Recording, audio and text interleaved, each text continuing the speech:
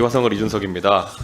후보자님, 네. KBS 사장이라는 게 이 사진이 선임하긴 하지만 구조상 실질적 임명권자가 대통령이다. 이런 시각에 동의하십니까? 임명권자는 대통령입니다. 예, 그렇죠.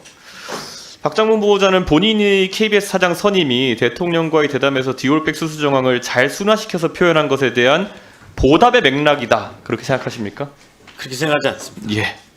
이 부분은 저랑 생각이 아주 일치합니다. 왜냐면 원래 제 경험으로 대통령 고마운 걸 모르는 사람이고 자기만 알고 어차피 도움을 받아도 이 보답은커녕 해코지하는 사람입니다. 그렇기 때문에 제가 너무 잘 알아요. 그래서 그랬을 리가 없습니다.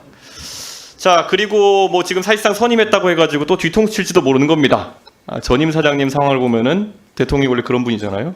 네, 그래서 그런 상황도 있으니까 저는 다른 야당 의원님들이랑 조금은 생각이 다릅니다. 이게 보훈 인사다 이런 생각은 하지 않고요. 그래서 저는 보답이라기보다는 박장문 후보자를 통해서 대통령이 실현하고 싶은 것이 있었을 것이다. 저는 그것을 보지 않으셨을까라는 생각을 합니다. 대통령이 박장문 후보자를 지명했을 때 자기 대통령 KBS 공약을 실천하고 싶어서 그랬을 거라 좀 보는데 대통령의 KBS 관련 공약이 뭡니까? 한번 설명해 주십시오. 공영성을 강화하고 예.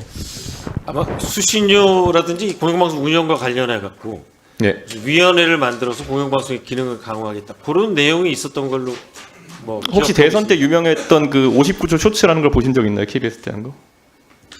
제가 모르는 상황입니다. 예, 그게 KBS 관련 공약이었는데요.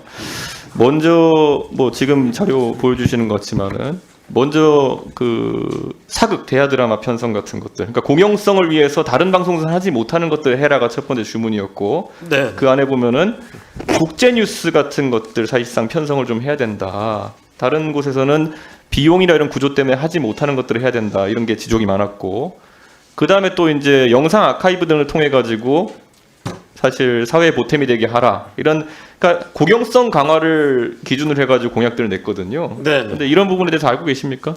네.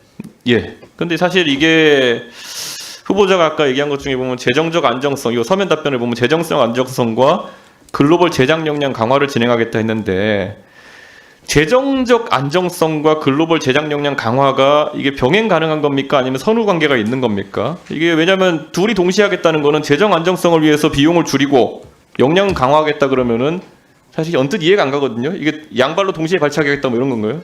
아니 충돌 소지가 있는데요. 예. 저희가 이제 1TV가 51개, 2TV가 31개의 프로그램이 있는데 예.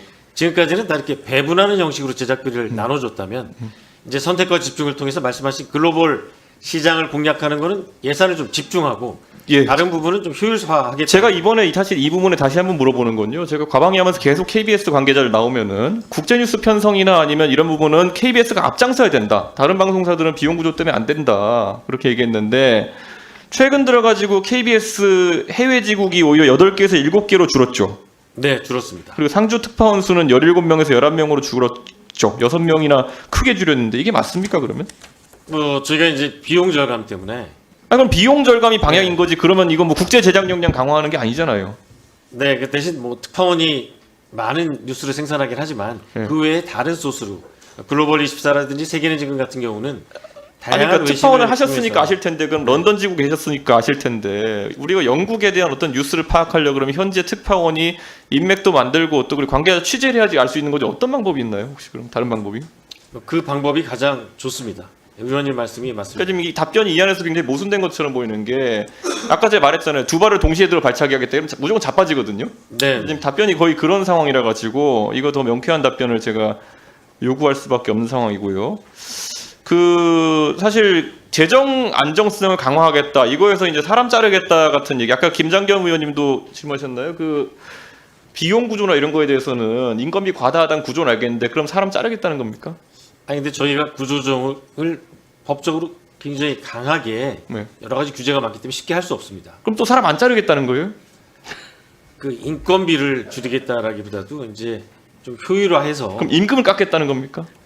임금을 삭감하는 것 역시 이 노조와 협의를 해야 되기 때문에 쉽지 않은 그러니까 상황입니다. 제가 이게 사실 죄송하지만 전임 사장님께 똑같이 물었던 게 뭐냐면은 KBS 관계자가 여기 국회 나오면 계속 하는 얘기가 비용을 줄이고 컨텐츠 제작 역량 강화하겠다예요. 근데 그때도 제가 계속 물었거든요. 이거 어떻게 하겠다는 거냐. 그런데 답이 안 나오니까 KBS가 개선이 안 되는 겁니다. 사실 투자를 할 거면요. 오히려 이 자리에서 나 박장범의 KBS는 지금까지와 다를 것이고 컨텐츠 면에서 이런 경쟁력을 확보할 거기 때문에 오히려 돈을 더 쓰겠다. 일시적으로는 적자가 늘어날 수 있겠지만은 나중에 그 투자에 대해서 리턴이 있을 거다. 이런 걸 설파하셔야 되는 거고 그게 아니면 지금 박민 사장과 다른 게 뭡니까? 똑같은 겁니까? 일단 저희가 법을 지키면서 비용 절감에 최대한 나서고요. 그 사람 자르겠다. 그 구조조정하는 거는 법에 따라 진행해야 되는데 사람 안 자르겠다 그러면 특별 명태를 계속해서 진행하겠지만 예. 강제로 구조조정할 수는 없는 상황입니다. 그럼 어쨌든 인원을 줄이겠다는 의지는 있으신 건가요?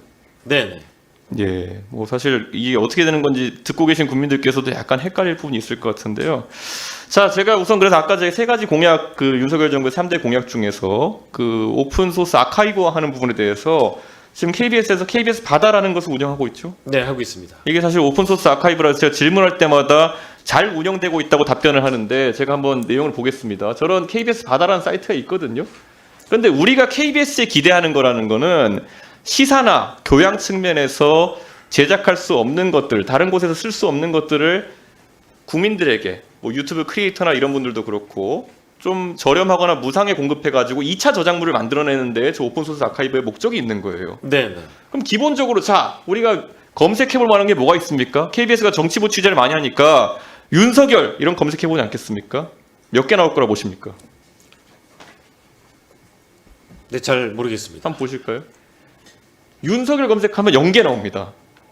오픈소스 아카이브에 윤석열로 검색하면 아무것도 안 나와요. 이준석 아무것도 안 나와요. 제가 뉴스 가치가 없는지 모르겠지만은 박근혜 하면은 전직 대통령 다 모아오는 영상이 하나 나오고요.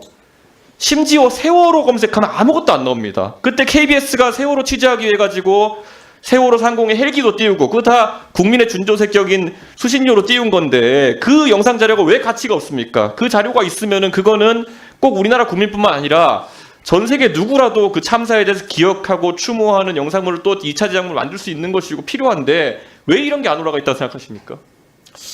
일단 다른 자료는 많이 있는데 이게 혹시 사람과 관련된 사안이기 때문에 초상권 문제가 있는지 없는지 제가 그건 좀 아니 근데 따져봐야 KBS에서 되는데요. 사람 취재한 걸 우리가 보고 싶은 거지. 자 그럼 KBS 뭐가 많은지 제가 보여드릴게요. 다음 페이지 보시면 네.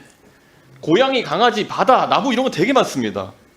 네, 사진이 가장 많은 게 고양이에요. 강아지하고. 그런데 고양이와 강아지 사진이 KBS가 특화된 부분입니까? 그러니까 저는 2차 저작물을 만드는 데 있어가지고 고양이와 강아지 사진, 바다와 나무 사진을 저렇게 많이 계셔놓고 박근혜, 윤석열, 뭐 이준석, 노무현, 뭐 정치인들의 그런 아주 근접 취재한 영상이라든지 이런 것들을 공개하지 않는 게 저는 이해가 가지 않습니다. 이 부분 어떻게 계산하실 생각 있으십니까? 네, 위원님 말씀대로 수요자가 저희가 국민들에게 서비스를 제공하기 위해서 만든 사이트니까요. 국민들의 니즈가 있다면 그렇죠. 그리고 이건 적극적으로 대통령 공약이었고 제공하겠습니다. 대통령 공약에서 이런 게 들어간 이유는 제가 공약 만들어서 잘 아는데 2차 저작물로 이거를 더 대한민국의 크리에이터들이나 아니면은 이런 영상 하시는 분들한테 도움이 되게 하라는 거거든요. 사실 언론사의 사회공헌을 위해서 이런 거 되게 많이 합니다. 예를 들어 신문을 만드는 업체들 같은 경우에는 조선일보나 한겨레 신문 이런 데 보면 명조체 무슨 뭐 결체 이렇게 다 서식을 그 서체를 공개하기도 하고요. 그걸 통해 가지고 또 다양한 인쇄물이 이런 거 만들어서 사회에 공헌하기도 하고요. KBS는 지금까지 수많은 영상 기자들이라든지 아니면은 또 제작하면서 PD들이나 이런 사람 노력으로 국민들에게 영상물로 이런 기여를 해야 되는 겁니다.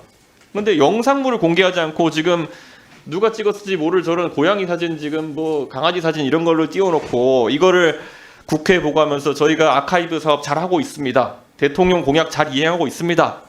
이렇게 하면 사실 말이 안 되는 거거든요. 지금 KBS의 위상을 제고하겠다 그러는데 공정성과 공영성 이런 것들 거기서 사회 공헌성까지 넣어야 되는 겁니다.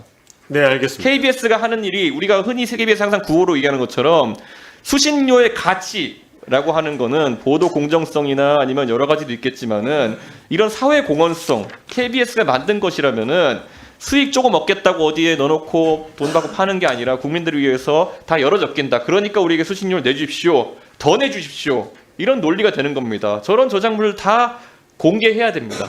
동의하십니까? 제가 이제 관련 팀 그리고 법률적 자문을 거쳐서 공개 여부를 결정하도록 하겠습니다. 적극적으로 하겠습니다. 예, 알겠습니다. 감사합니다. 예, 박영춘 단장님 확인했어요? 있어요, 없어요?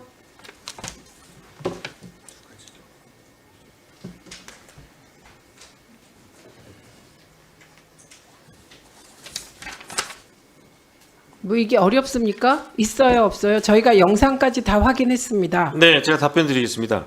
그 다음 질문이 저는 이제 야당의 사과 요구를 물어보는 건 줄 알았는데 제가 있어요, 다시 없어요? 네, 없는 걸로 확인이 됐습니다. 자, 김현 의원께 2분 드리겠습니다. 지금 제가 아까